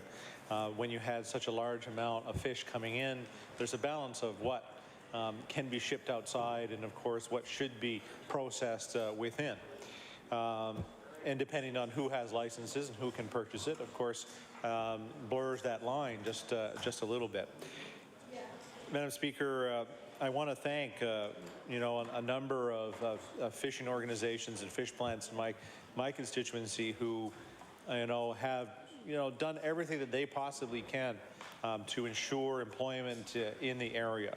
You know, whether you're Acadian seafood processors, B. d'Entremont, whether you're inshore fisheries with Claude and Yvon and Sean, and of course their sons who are now taking over the businesses there. Whether you're talking about Gibby, I won't say d'Entremont, well, he is a d'Entremont, but you know, running his fish plant, you know, who have all found a way to purchase that raw product, add some value to it, whether they're filleting or packaging and getting that product to market, who have done a phenomenal job. But as the member for Richmond spoke to, it's the issue of people being issued permits or licenses to purchase these things, so sort of with the suitcase of cash or in the back of a truck, that do create a bit of problems with it. The lobster industry, of course, is probably the best example of sort of the fly-by-night issue. Yet, there's always a balance to that, too.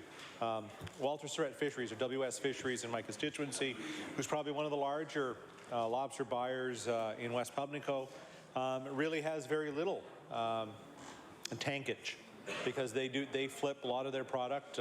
They had a tank, and ultimately the upkeep on it didn't make any sense for the kind of business that they were doing. They've been in business for, I think it was like 60 years or something silly like that. And of course the department was coming and saying, well, listen, you got to have some kind of holding capacity.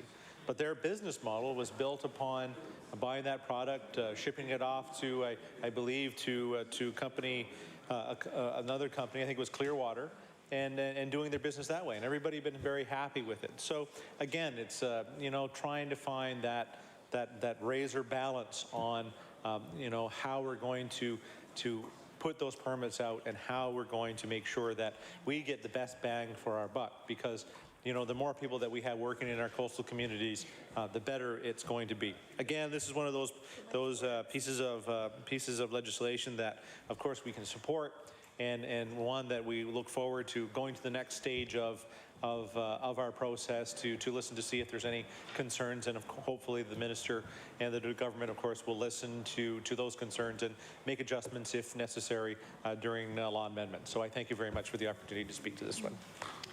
Thank you. If I'm to recognize the Honourable Minister of Fisheries, it will be to close debate. Thank you very much, Madam Speaker. I want to thank the members opposite for their engagement and certainly for their comments, their knowledge of the industry. And I move that we close debate on Bill number 61, the amendments to the Fisheries and Coastal Resource Act. Thank you very much. The question is for second reading of Bill number 61, the Fisheries and Coastal Resources Act. Is the House ready for the question? All in favour say aye. Those opposed nay. The motion is carried. Bill number 61, entitled An Act to Amend Chapter 25 of the Acts of 1996, the Fisheries and Coastal Resources Act.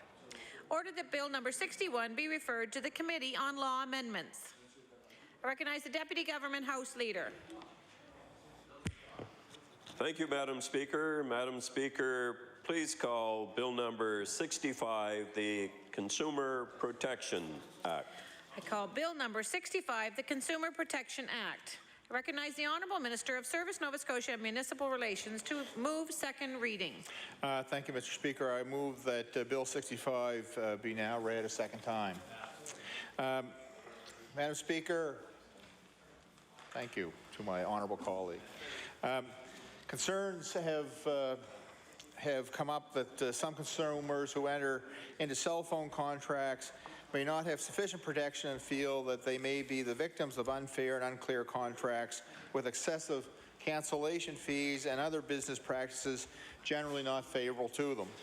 In short, many consumers feel trapped in their cell phone contracts. This legislation will ensure Nova Scotians have access to cell phone contracts that clearly spell out the details of the agreement, and that will help them choose what's right for their families. We have reviewed national and provincial research into consumer satisfaction with cell phone services and are aware of the common problems that consumers have with them. And to date, Quebec has regulations in place governing cell phone contracts, and Manitoba's new legislation will take effect in the fall. Newfoundland and Labrador passed amendments to its Consumer Protection Act on April 3rd, and Ontario is also moving forward with legislation. Nova Scotia's legislation is based somewhat on Manitoba with some key differences. The province will not allow for automatic renewal or extension of contracts, and the other difference, Madam Speaker, is the information to be provided on those who sign contracts for them around cyberbullying. When a fixed-term contract ends, unless the consumer has advised the cell phone company to extend or renew the contract and terms have been agreed upon by both the cell phone service provider and the consumer, the contract will be terminated. However, if you do not have any prepaid minutes or a cell phone service plan, you will still be able to dial 911 in an emergency situation. Furthermore, cell phone service companies will need to provide more information about minimum monthly costs. For example, ads for cell phone plans will need to state the minimum or low monthly costs, not just the low introductory rate. Providers will not be able to change major parts of the contract without permission from the consumer. Any changes involving services, cost, fees, or locations where the phone can be used must be satisfactory to both the company and the consumer, Madam Speaker. And consumers will be able to cancel their cell phone contracts anytime. There will be clear formulas for calculating cancellation fees, but the fee for canceling a cell phone contract cannot exceed $50.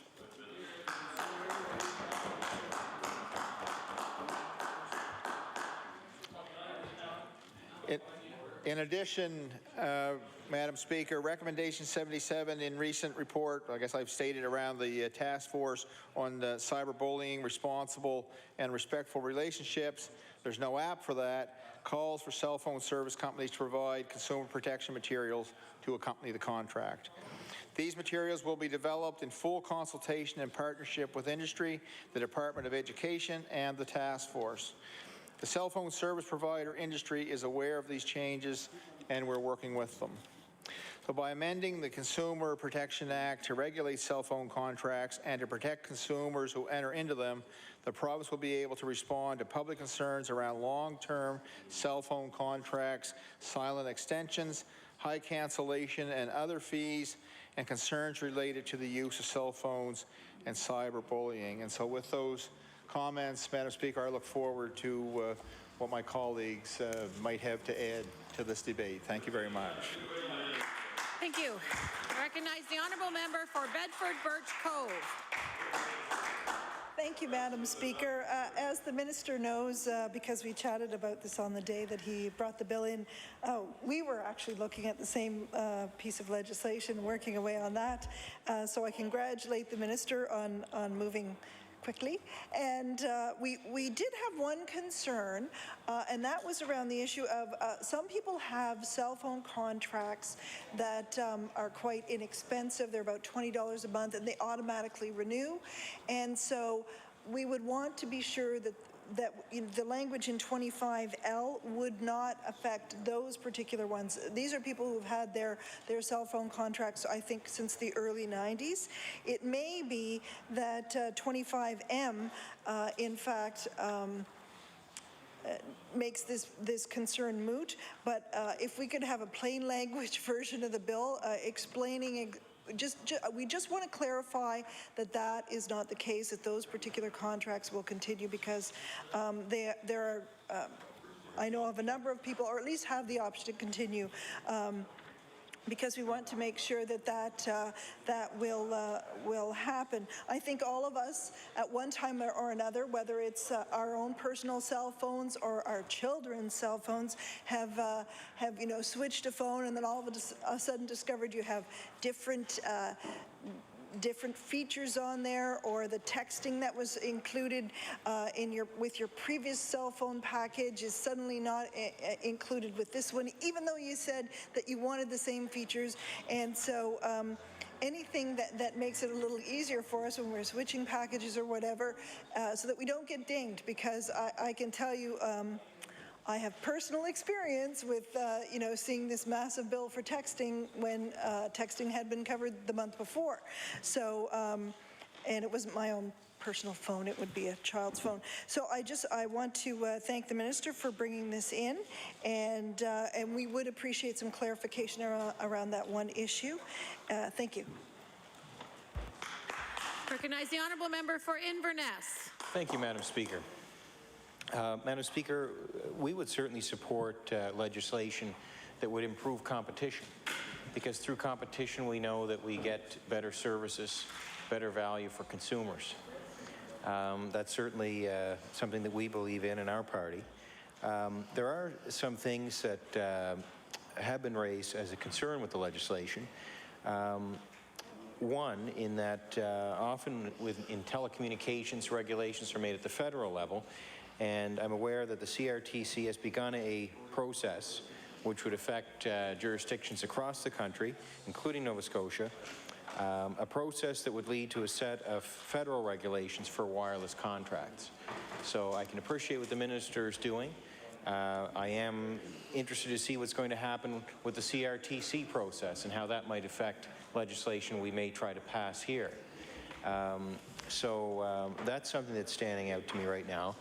Another thing is, I think one of the intentions of this legislation is to help consumers so that they don't end up having to continue to pay for a service if they haven't asked for it to be renewed.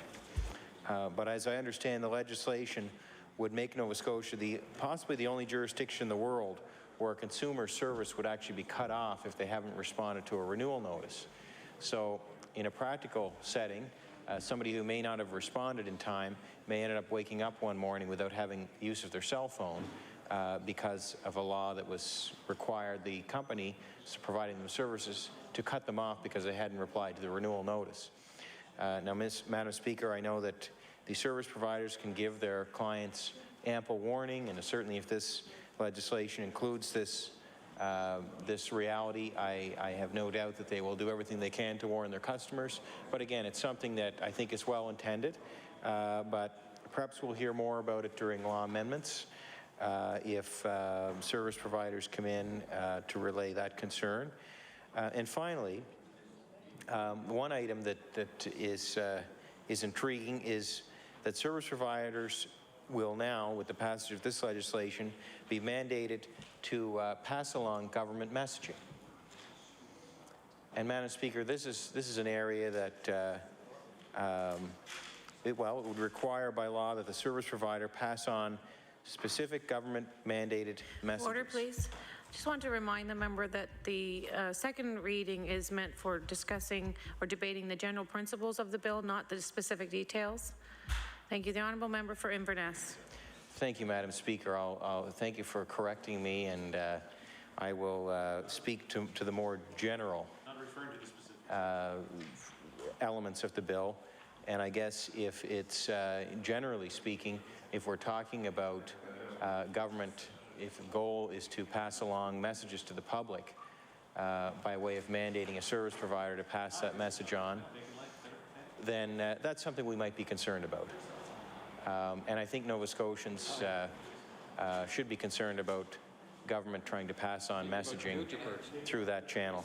But, Madam Speaker, I think we'll leave this for law amendments, and perhaps on third reading I can get up and speak more specifically about the intent of the legislation as we perceive it. Thank you, Madam Speaker. If I'm to recognize the Honourable Minister of Service Nova Scotia Municipal Relations, it will be to close debate. Thank you, Madam Speaker, and I appreciate the comments of members opposite. I will get a clarification for the member for Bedford, because I wasn't really clear on the question. But I just want to make it clear that doesn't apply to prepaid contract, or prepaid use cards month to month. For my colleague from Inverness, the companies will be required to give a 60 to 90-day notice of the end of your contract. So if you want to renew it, you can state that. I thank members for their input. Since we've had some days now since this bill was introduced, I think they should be aware, if they're not already aware, that the response from the public has been significant. They like this bill, yeah. And so you know, who are you going to call? Like, you know, that's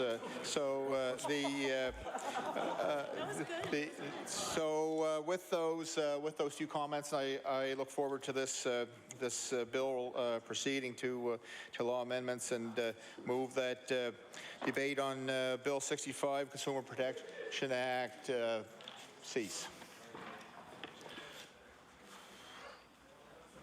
The question is for second reading of Bill 65, the Consumer Protection Act. All those in favor say aye. Aye. All those against say nay. The motion is carried. Bill number 65, entitled an act to amend Chapter 92 of the revised statutes 1989, the Consumer Protection Act, to ensure fairness in cellular telephone contracts. Order the bill be referred to the Committee on Law Amendments. I will now recognize the Deputy Government House Leader. Thank you, Mr. Speaker. Mr. Speaker, please call Bill number 5, the Municipal Government Act. Bill number 5, the Municipal Governance Act. The Honourable Member for Preston.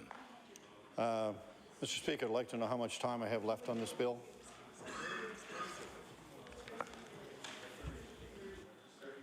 30 minutes. Thank you, Mr. Speaker. I don't believe today I'm going to take that long. I made a lot of points on this bill before. The only thing I'd like to wrap up is that this bill is not a bad bill by any stretch of the imagination. It's a good idea.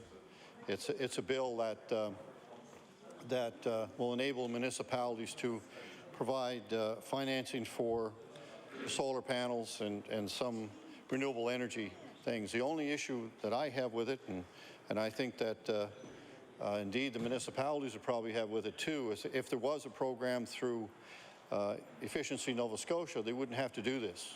They just simply wouldn't have to do it.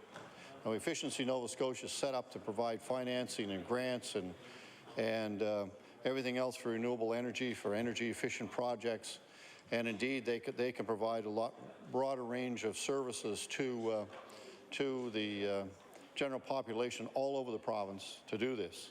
And the municipalities will have added costs from this, even though they may say they're not, they will have added costs.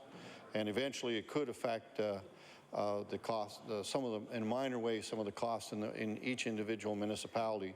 And some municipalities may not be able to do it. They just simply may not be able to do it. And that would make an unfair service in one part of the province and not in another, and no fault of the municipality.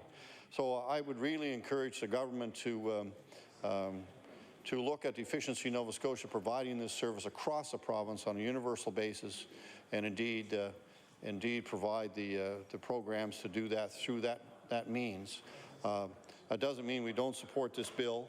The municipalities have asked for it, but it would be nice to see the province to react to this and indeed make programs available provincially, right across the whole province, that would allow people to get solar panels for whatever type they may need or whether they want to use. So it's with those concerns that I move forward. I give the municipalities credit for doing this, so the government hasn't been doing it, so I give them credit. It's unfortunate they have to, and we should. I don't think municipalities should be in the business of financing equipment like this in individual homes. They have enough battle now with local improvement charges for sidewalks and curbs and all the other things that municipalities are entitled to do. So I would think this is going to be interesting to see how this works out, and especially in some of the smaller municipalities, if indeed they start a program. Whereas today, but the ones I've met with so far indicate they're having a real battle keeping up with just the maintenance they have to do in the municipalities themselves and the work they have to do there. So with those few words, I just want to make those comments on the bill, and thank you very much.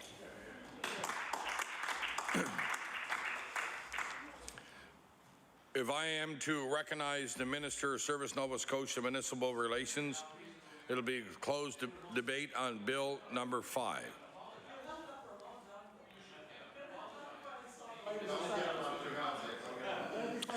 Thank you, Mr. Speaker. I thank the members for finally letting this bill proceed to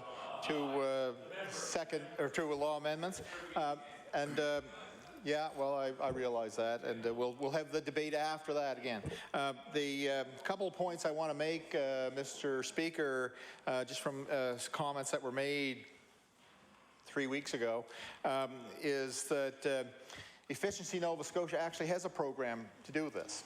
And as a matter of fact, the HRM, who had this enabling legislation for some time now, that's when they do their program, and they're still, I think they're getting to the final stages of the bylaw around this. But their plan is to incorporate the rebate that's in Efficiency Nova Scotia that the homeowner could get as part of their program. So they'll get the rebate for the homeowner, and that'll all be incorporated into the payback that the homeowner has to pay. So it'll be reduced by the amount of the rebate. So even without this enabling legislation going to all municipalities, homeowners in Nova Scotia across the province could go to Efficiency Nova Scotia and get that rebate for solar panels. The legislation is really purely enabling legislation. The other municipal units wanted the ability to offer a similar program to HRM. They may vary it somewhat depending on what their council decides that they want to do, what their citizens decide they want to do. And it doesn't just apply to solar panels. It's energy efficient equipment is the wording in the bill. So the solar panels is the term that's been used the most, but if there is a possibility of something different, better, whatever that the municipality may want to do or try, they have that option, Mr. Speaker, in whichever municipal unit. Some municipalities may not, may decide not to go forward with a program, depending, as the member from Preston indicated, depending on particular costs and whatever, or the wish of the council. They may not see this as something they want to proceed with at this time. They have that option, so it's not to say that they necessarily have to do it, but they want the ability to do it should they decide to do that. So, Mr. Speaker, the UNSM was quite clear on their desire for this, so that the other municipal units could offer this program if they wanted. It appears from I think research from HRM that probably solar panels and the electricity side of that, they deem not to be that viable a road to go, but certainly for hot water, I think is the place that they deem is probably the more likely. Anyway, I thank members opposite for their input. I was glad that it drew as much debate as it did, and I think this will be one that. Number one, the UNSM will be very pleased to see it move forward. I think Nova Scotians across the province, some of them I think were very keen when they heard about the program in HRM and thought that, gee, I wish my municipality would consider something similar. So with that, Mr. Speaker, I close debate on Bill 5. The question is for second reading of Bill 5. Is the House ready for the question? All those in favour? Aye. Those opposed? Carried. Bill number 5, entitled An Act to Amend Chapter 18 of the Acts of 1998, the Municipal Government Act. Order the bill be referred to the Committee on Law Amendments. I will now recognize the Honourable Government House Leader. Thank you, Mr. Speaker. Mr. Speaker, that concludes the government's business for today. I wish that the House to now rise to meet from the hours of 2 p.m. to 6 p.m., but before that, turn the business now over to the House Leader for the official opposition. The House Leader for the official opposition. Thank you, Mr. Speaker. Following question period tomorrow, we will be resuming second reading on Bill number 45, the Ratepayer Protection Act, and Bill number 46, the Electricity Act. The motion for adjournment has been made. All those in favor say aye. Aye. All those against say nay. Motion is carried. We have now reached the hour of interruption, and the subject matter has been chosen earlier. Therefore, be it resolved that all members of this House of Assembly urge the NDP to stop dismissing recommendations and impoverishing our province submitted by the Honourable Member for Argyll. Thank you very much. Let me give you a translation. It's funny how we're so used to doing resolutions around this House that we sometimes don't realize that without the whereases, it's really hard to understand exactly what the therefore be it resolved really means. So, help us out, Chris. What we're trying to get at here is the recommendations of the Auditor General, especially when the member for Halifax-Chebucto asked the famous question of who asked you. So, if you guys want to preface your work on that one, I'll be happy to maybe fill in what my thoughts are on this, and I'm sure that the government will have its opportunity to reply to that. You know, it's truly shocking, Mr. Speaker, when one compares the government, the NDP and the NDP that's in government to the NDP that once was in opposition. I can tell you that much has changed since those times. I can remember a time when the NDP would never question the role of the Auditor General. They spoke at length, and I'm sure the Minister of Finance, the member for Halifax-Fairview, on many occasions would speak at length about the need to be respectful of the Auditor General and about how important it was to ensure that he had the tools needed to do the job. Well, now, when the Auditor General comes forward with genuine warnings about the devastating effects of the NDP's financial mismanagement, they seem far less respectful. Instead, they ask, and as almost a famous word for us now, or famous line, who asked you?